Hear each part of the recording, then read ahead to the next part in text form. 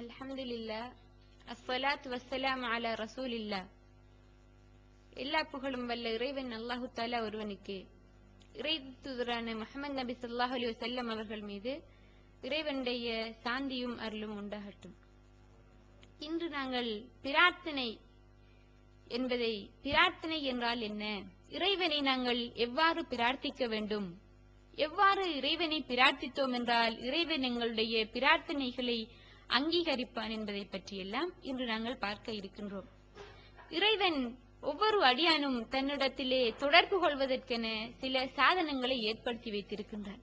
அதிலே ஒரு மனிதன் தன்னுடைய தேவைகளை கேட்பதற்காக, தனக்கு ஏதாவது ஒரு கஷ்டம் ஏற்படுகின்ற சந்தர்ப்பத்திலே தன்னிடத்திலே பாதுகாப்பு கேட்பதற்காகவும், தனக்கு ஏதாவது தேவைகள் ஏற்படுகின்ற சந்தர்ப்பத்திலே அவைகளை கேட்பதற்காகவும் ஒரு சாதனத்தினை ஏற்படுத்தி வைத்திருக்கிறான். அந்த சாதனம் என்னவென்று பார்த்தோம் என்றால் அதுதான் துஆ, அதாவது பிரார்த்தனையாகும். இந்த பிரார்த்தனையை பொறுத்தவரையிலே இவர்தான் கேட்க வேண்டும், இந்த சந்தர்ப்பத்தில் தான் கேட்க வேண்டும், இவ்வாறு தான் கேட்க வேண்டும் என்று பல நிபந்தனைகளை இறைவன் ஏற்படுத்தவில்லை. மாறாக இறைவன் கூறுகின்றான், நபியே வஇதா சஅலக இபாதி அன்னி, என்னை பற்றி உங்களிடத்திலே என்னுடைய அடியான் யாராவது கேட்டான் என்று சொன்னால் நீங்கள் ஃபஇன்னி கரீப், நிச்சயமாக நான் மிகவும் நெருக்கமாக இருக்கின்றேன். உஜீபு தஅவத தாஇ இதா தஆனி, ஒரு அடியான் என்னை அழைத்தால் அவனுக்கு நான் அவனுடைய தாவாவிற்கு, அவனுடைய துஆவிற்கு நான் விடையளிக்கின்றேன் என்று நபியே நீங்கள் கூறுங்கள் என்று அல்லாஹு தஆலா முதலாவது அத்தியாயத்தின் 186வது வசனத்திலே எங்களுக்கு சொல்லி காட்டுகின்றார். இந்த துஆவினை பொறுத்தவரையிலே ஒரு அடியான் தன்னுடைய இரட்சகனிடத்திலே, இறைவா எனக்கு இந்த தேவை இருக்கின்றது, அதை நீ நிறைவேற்றி வைக்க வேண்டும், இந்த கஷ்டம் இருக்கின்றது, அதில் இருந்து என்னை நிரபராதியாக்க வேண்டும் என்று கேட்கின்ற சந்தர்ப்பத்திலே இறைவன் சந்தோஷப்படுகின்றார். இதனால் இறைவன் சந்தோஷப்பட்டு தன்னுடைய அடியானுடைய பிரார்த்தனையை ஏற்றுக்கொள்ளுகின்றார். ஒரு மனிதன் சிறியதொரு தேவையைத்தான் கேட்க வேண்டும் என்றில்லை, அவன் மலையாக தன்னுடைய மலைகளை போன்ற தேவைகளை கூட இறைவனிடத்திலே கேட்கலாம். நபி அவர்கள் பத்ர் போரிலே இருந்து கொண்டிருக்கின்றார்கள். முஸ்லிம்கள் எண்ணிக்கையால் குறைந்தவர்களாக இருக்கின்றார்கள். ஆனால் காபிர்கள் மிகவும் அதிகமாக பல்லாயிரக்கணக்கானவர்கள் இருக்கின்றார்கள். அந்த சந்தர்ப்பத்திலே நபி அவர்கள் இறைவனிடத்திலே பிரார்த்திக்கின்றார்கள், இறைவா உன்னுடைய மார்க்கத்தினை நடைமுறைப்படுத்தக்கூடியவர்கள் இந்த முஸ்லிம்கள் இங்கே கஷ்டத்திலே இருக்கின்றார்கள், நீதான் உதவ வேண்டும் என்று இறைவனிடத்திலே கேட்கின்றார்கள்.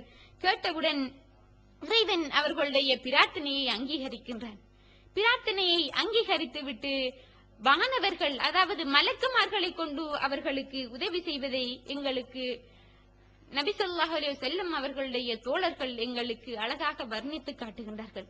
இவ்வாறு இறைவன் நாடினான் என்றால், இறைவன் ஒரு அடியானுடைய பிரார்த்தனையை ஏற்றுக்கொண்டான் என்று சொன்னால் அவன் எந்த வடிவிலேயும் எந்தெந்த முறையில் உதவி செய்வான் என்று எங்களுக்கு சொல்ல முடியாது. இறைவன் நாடினால் ஒரு அடியானுக்கு எந்த உதவியையும் செய்ய அவன் சக்தி பெற்றிருக்கின்றான். இவ்வாறெல்லாம் இறைவன் அவனிடத்திலே கேட்க வேண்டும், அவனிடத்திலே பிரார்த்திக்க வேண்டும் என்று சொல்லி தந்திருக்கின்ற அதே வேளையிலே நாங்கள் எவ்வாறு இறைவனை பிரார்த்திக்க வேண்டும் என்று பார்த்தோம் என்றால், இறைவனை முதலிலே புகழ வேண்டும். இறைவனை பிரார்த்திக்கின்ற சந்தர்ப்பத்திலே இறைவனை புகழ வேண்டும். அதே சந்தர்ப்பத்தில் இறைவன் எப்போது எங்களுடைய பிரார்த்தனைகளை அங்கீகரிக்கின்றான் என்று பார்த்தோம் என்று சொன்னால், நபி அவர்கள் எந்த சந்தர்ப்பத்தில் அங்கீகரிக்கப்படும் என்பதற்கு அழகான ஒரு உதாரணத்தினை சொல்லித் தருகின்றார்கள். ஒரு மனிதன் அவன் ஒரு பிரயாணம் செல்கின்றான், தலைமுடியோ குலைந்ததாக இருக்கின்றது, புலிர் படிந்தவனாக அவன் அங்கே சென்று கொண்டிருக்கின்றான். இந்த சந்தர்ப்பத்திலே அவனை யார் பார்த்தாலும் அவனிலே ஒரு இரக்கம் காட்டுவார்கள், கருணைப்படுவார்கள். இந்த சந்தர்ப்பத்திலே அவன் இறைவனிடத்திலே கேட்கின்றான், யா ரப் யா ரப் என்று வானத்தினை நோக்கி 2 கைகளையும் உயர்த்துகின்றான். இந்த சந்தர்ப்பத்திலே இறைவன் அவனை அங்கீகரிக்கவில்லை, அவனுடைய பிரார்த்தனையை ஏற்றுக்கொள்ளவில்லை. ஏன் என்பதையும் நபி அவர்கள் சொல்லித் தருகின்றார்கள். நபி அவர்கள் சொல்லுகின்றார்கள், அவன் உடுத்த ஆடை ஹராமானது, அவன் உண்ட உணவு ஹராமாக இருக்கின்றது, அவன் வாழ்வது ஹராத்தோடு சம்பந்தப்பட்டுத்தான். எனவே இறைவன் ஃபஅன்னா யுஸ்தஜாபு லஹு, அவனுக்கு எவ்வாறு விடையளிக்கப்படும் என்று நபி ஸல்லல்லாஹு அலைஹி வஸல்லம் அவர்கள் அங்கே கேள்வி அனுப்புகின்றார்கள். எனவே இறைவன் பொருத்தமான முறையிலே ஹராம் ஹலால் விடயத்திலே நாங்கள் பேணுதலாக இறைவன் எந்த விடயங்களை எல்லாம் தடுத்திருக்கின்றானோ அந்த விடயங்களில் பேணுதலாக இருக்கின்ற சந்தர்ப்பத்திலேதான் இறைவன் எங்களுடைய பிரார்த்தனைகளை அங்கீகரிக்கக்கூடியவனாக இருக்கின்றான். இவ்வாறு நாங்கள் பிரார்த்திக்கின்ற போது மிகவும் அதிகமாக பிரார்த்தனைகள் ஏற்றுக்கொள்ளப்படக்கூடிய நேரங்களை பற்றியும் நபி அவர்கள் எங்களுக்கு சொல்லித் தருகின்றார்கள். அதாவது தொழுகையின் பின் ஒரு அடியான் தொழுதுவிட்டு தன்னுடைய விக்ர்களை செய்துவிட்டு இறைவனிடத்திலே பிரார்த்திக்கின்றானா, அந்த சந்தர்ப்பத்திலே மிகவும் அதிகமாக இறைவன் அவனுடைய பிரார்த்தனையை ஏற்றுக்கொள்கின்றான். அதே போன்று சுஜூதிலே இறைவனுக்கு சிரம் தாழ்த்துகின்ற சந்தர்ப்பத்திலே இறைவன் ஏற்றுக்கொள்கின்றான். அதே போன்று இறைவன் இரவின் கடைசி இறுதி பகுதியில், மூன்றில் ஒரு பகுதியில், இறுதி பகுதியில் வானத்திற்கு இறங்கி வந்து, என்னுடைய அடியார்களே, உங்களுக்கு யாராவது தேவை இருக்கின்றதா, யாருக்காவது தேவை இருந்தால் என்னிடம் கேளுங்கள் என்று அங்கே இறைவன் வானத்திற்கு இறங்கி வருகின்றான். எனவே இந்த நேரங்களில், இவ்வாறான சந்தர்ப்பங்களில் நாங்கள் இறைவனிடத்திலே பிரார்த்திக்கின்ற சந்தர்ப்பத்திலே எங்களுடைய தேவைகளை கேட்டோம் என்றால் இறைவன் எங்களை அங்கீகரிக்க காத்துக் கொண்டிருக்கின்றான். இந்த துஆவிலே நாங்கள் எப்போதும் மறுமையை மாத்திரம்தான் கேட்கலாமா என்று பார்த்தோம் என்று சொன்னால், நபி அவர்கள் ரப்பனா ஆத்தினா ஃபித் துன்யா ஹஸனத்தவ் வஃபில் ஆখিরাতি ஹஸனத்தவ் வகினா அஸாபன்னார் என்று பிரார்த்திக்கக்கூடியவர்களாக இருந்தார்கள். அதாவது, இறைவா, உலகத்திலேயும் எங்களுக்கு நல்லதைத்தா, மறுமையிலேயும் நல்லதைத்தா, எங்களை நரகத்தை விட்டு பாதுகாத்து விடு என்று பிரார்த்திக்கக்கூடியவர்களாக இருந்தார்கள். உலகத்தில் இறைவனிடத்திலே உலகத்தில் உள்ள தேவைகளை கேட்க முடியாது என்று நாங்கள் எண்ணக்கூடாது. உலகத்தில் நல்லதைத்தா, உலகத்தில் எனக்கு வசதியை தந்து பிறருக்கு கொடுக்கக்கூடிய மனதையும் தா, உலகத்தில் எனக்கு இறைவனுடைய பாதையில் செலவழிப்பதற்கு வசதியை தா, எனக்கு இறைவனுடைய பாதையில் நான் போராடுவதற்கு எனக்கு நல்ல மனதையும் உடல் ஆளுமையையும் நீ தா என்று நாங்கள் இறைவனிடத்திலே பிரார்த்திக்கலாம். இவ்வாறு பிரார்த்திப்பதை இறைவன் எப்போதும் இழிவாக கருத மாட்டான். ஒவ்வொரு மனிதனும் தன்னுடைய தாய்மொழியிலேயே தன்னுடைய தேவைகளை கேட்டுக்கொள்ளலாம். அரபு மொழியினால் தான் கேட்க வேண்டும் என்றில்லை. ஒவ்வொரு அடியானும் தனக்கு தெரிந்த மொழியில் கேட்கின்ற சந்தர்ப்பத்திலே இறைவன் தன்னுடைய அடியானை அங்கீகரிக்க காத்துக் கொண்டிருக்கின்றான். இங்கே நாங்கள் பிரார்த்தித்து எங்களுக்கு கிடைக்கவில்லையா, மறுமையில் அதற்கு இறைவன் என்னுடைய அடியான் என்னிடம் கேட்டான் என்ற அந்த ஒரு துஆவிற்காக, அது ஒரு வணக்கம் என்பதற்காக இறைவன் எங்களுக்கு நன்மை தர காத்திருக்கின்றான். இதனை தான் நபி அவர்கள் சொல்லுகின்றார்கள், அத்துஆ ஹுவல் இபாதா, துஆ செய்வது என்பது, பிரார்த்திப்பது என்பது ஒரு வணக்கமாகும் என்று நபி அவர்கள் சொல்லி காட்டுகின்றார்கள். எனவே இந்த வணக்கத்தின் மூலம் அது அங்கீகரிக்கப்பட்டாலும் அங்கீகரிக்கப்படாவிட்டாலும் இறைவன் எங்களுக்கு நன்மைகளை எழுதிக் கொண்டே இருக்கின்றான் என்பதனை நாங்கள் புரிந்து கொள்ள வேண்டும்.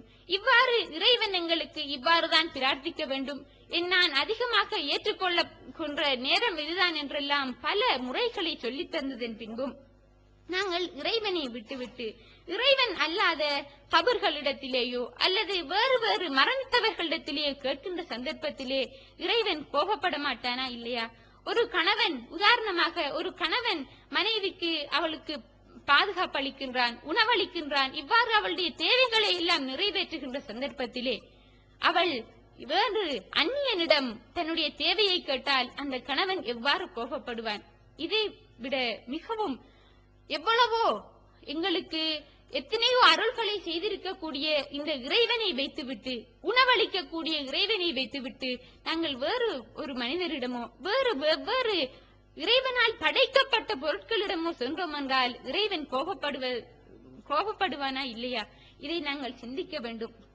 இதனைத்தான் அல்லாஹு தஆலா சொல்லுகின்றான், நீங்கள் அல்லாஹ் அல்லாமல் அழைக்கின்றீர்களே, அவர்கள் மாயம் லிகூன மின் கித்மீர், ஒரு தொலி கோதுமையை கூட அவர்கள் தர சக்தி பெற மாட்டார்கள். நீங்கள் அழைத்தீர்கள் என்றால் உங்களுடைய அழைப்பை அவர்கள் கேட்கவும் மாட்டார்கள், அவர்கள் கேட்டாலும் அவர்கள் அதற்கு விடையளிக்க மாட்டார்கள். மறுமை நாளிலே அவர்கள் நீங்கள் அழைத்ததை, நீங்கள் செய்த இந்த இணை வைப்பை அவர்கள் நிராகரிப்பார்கள் என்று அல்லாஹு தஆலா எங்களுக்கு சொல்லி காட்டுகின்றான். எனவே நாங்கள் இறைவன் எங்களுக்கு பிரார்த்திப்பதற்கென பல வடிவங்களை சொல்லி தந்திருக்கின்றான், பல நேரங்களை சொல்லி தந்திருக்கின்றான். இந்த ரமலான் மாதத்திலே லைலத்துல் கத்ர் வருகின்றது. அதே போன்று ஏனைய ரமலான் நாட்களில் கூட நாங்கள் இறைவனிடத்திலே நோன்பு நோற்றதன் பின்பு, தொழுததன் பின்பு, இபாதத்துக்களின் பின்பு இறைவனிடத்திலே நாங்கள் எங்களுடைய தேவைகளை கேட்டுக்கொள்ளலாம். அது எந்த தேவையாக இருந்தாலும் சரி, இறைவன் எங்களை அங்கீகரிக்க காத்துக் கொண்டிருக்கின்றான். எனவே சகோதர சகோதரிகளே, நாங்கள் இறைவனுக்கு பொருத்தமான முறையிலே, ஹலாலான முறையிலே சம்பாதித்து வாழ்ந்தோம் என்று சொன்னால் இறைவன் எங்களுடைய பிரார்த்தனைகளை ஏற்க காத்துக் கொண்டிருக்கின்றான். அவ்வாறு ஏற்றுக்கொள்ளப்படவில்லையா, மறுமையில் இது ஒரு இபாதத் என்பதனால் எங்களுக்கு கூலி கிடைக்கும். எனவே நாங்கள் இறைவனை விட்டும், இறைவனுடைய அன்பை விட்டும் நிராசை அடையாமல் இறைவனிடத்திலே தங்களுடைய தேவைகளை கேட்கக்கூடியவர்களாக ஆக வேண்டும். இறைவன் இந்த ரமலான் மாதத்திலே எங்களுடைய துஆக்களை அங்கீகரித்து எங்களுடைய தூய்மையான முஸ்லிம்களாக வாழ வைக்கும் வேண்டும் என்று பிரார்த்தித்தவளாக முடித்துக் கொள்கின்றேன். வாஹிர் தஅவானா அல்ஹம்துலில்லாஹி ரப்பில் ஆலமீன்.